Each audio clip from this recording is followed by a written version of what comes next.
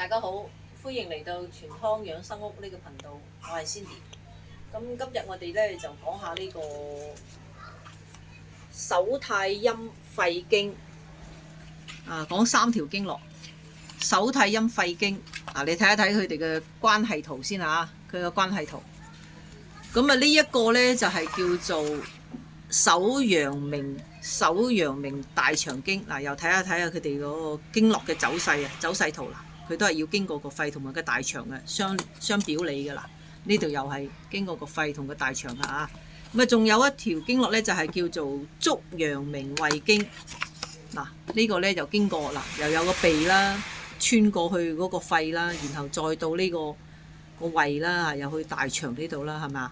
佢直情係去到呢個腳趾公嗰度㗎。咁佢嗰個脾胃咧可以講貫穿我哋整個身體、整個人體嘅個命脈咁點解要講呢3條經絡咧？呢3條經絡咧係依家個天時咧走入去呢個夏天啦。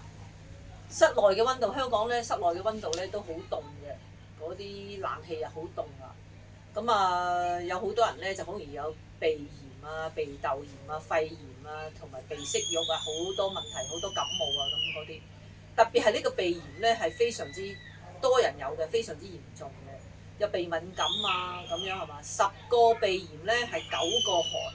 咩叫寒係佢哋身體比較寒涼即係佢身體嘅體質係偏寒涼寒濕同埋濕熱。寒濕熱呢3種體態嘅人咧，多數都係即係會產生寒涼嘅時候，佢就好容易有呢個鼻炎、鼻敏感、肺炎頭先我講嘅鼻息肉之類嗰啲咁樣。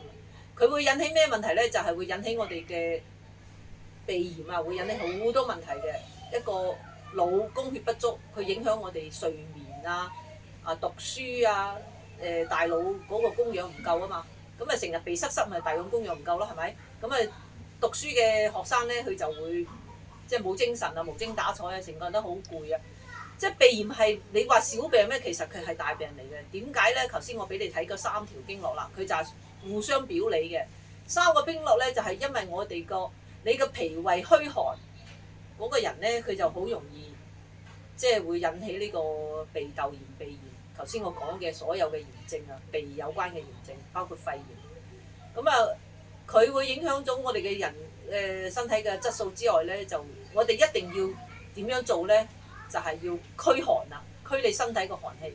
你要將你身體嘅寒氣驅走，然後補充我哋嘅陽氣咧，咁我哋身體咧先避免即係呢個鼻炎頭先嗰啲症狀咧加重同埋加劇。所以我哋應該係點樣做咧？首先我哋就腸胃嗰方面好多時好多朋友咧係因為佢個脾胃唔好佢會影響佢個鼻炎。脾胃唔好啲人有咩症狀咧？就好容易肚屙，食少少嘢佢又好容易肚屙啦。佢又好中意食凍嘢啦，食得多凍嘢、生冷嘢嘅人咧就好容易肚屙。一肚屙咧你就寒性體質啦，寒性寒底咧就好麻煩㗎。寒性體質你真係陽氣不足，就會造成你好多嘅問題。鼻炎咁咧，我哋就應該點做咧？就有好多方法嘅，你可以用中醫嘅方法啦，係咪？又有針灸又有嗰啲艾灸各方面浸腳都有。但係如果用我哋頻譜周林頻譜嘅方法咧，就係用我哋呢啲儀器啦，照我哋個腳嘅嗰個即係嗰個叫做胃經啦，係咪？頭先嗰個胃經已經去到腳嗰度噶啦嘛。咁用我哋呢啲儀器咧，呢個叫鐵板燒嘅儀器啦，照我哋嘅脾胃啦，係咪？照我哋個肺啦，可以補充，有時可以照下我哋個鼻啦，呢度個鼻等我哋啲血氣咧、陽氣打通咗咧，我哋嗰啲廢物咧，佢咪走出嚟啦，咁你咪個血氣咪通咯，個鼻咪容易通咯。可以有啲客人咧都買咗呢啲彎彎機呢啲呢個陶珠磚同埋呢個鐵板燒，仲有呢啲竹寶屋嘅。咁你貼呢啲咧又好簡單噶啦，佢可以用作為腰又或者作為肚咁樣包住。如果你個腸胃唔舒服，食得好多嘢唔舒服嘅，你可以咁包住佢啦。可以搭住個肺唔舒服咪搭住個肺咯。又可以搭喺後邊咯，後邊都係㗎，後邊個肺都係喺後邊㗎。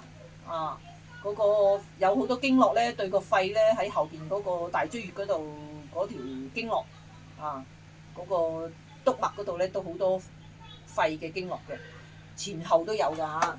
所以咧，我哋就因為呢啲簡單嘅啲儀器買翻屋企，自己喺屋企隨後沖完涼啊，食咗飯沖完涼，瞓喺床度或者坐喺梳化度睇電視就可以做到啦。呢啲其實好簡單嘅事情。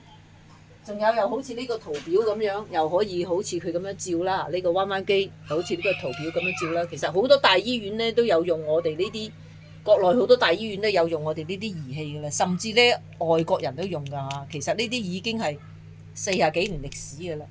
咁如果鼻炎你治療得唔好，你知唔知依家好多小朋友因為鼻炎治療得唔好，會引起咩問題咧？有啲小嗰啲叫過敏性眼嘅角膜炎啊，知唔知點解啊？佢開頭係鼻炎嘅，佢就冇睇好，因為佢一出世之後咧就已經有呢個即係喺冷氣底下生存啦。咁佢引起鼻炎、鼻敏感之後咧，過幾年之後咧，佢就引起呢個眼角膜炎喎，過敏性眼角膜炎。你點樣搞都搞唔到㗎，過敏性眼膜炎咧，過敏性角膜炎啊！佢成日眨眼，一不斷咁眨眼。即係佢裏邊隻眼唔舒服，係好似有嘢吉住咁樣，因為佢寒性體質啊嘛，啲陽氣即係啲推動唔到去嗰個眼嗰度，所以佢咪會成日眨眼咯。所以鼻炎咧，即係我哋一定要重視啦。咁啊，今日咧講到呢度先，下次再見。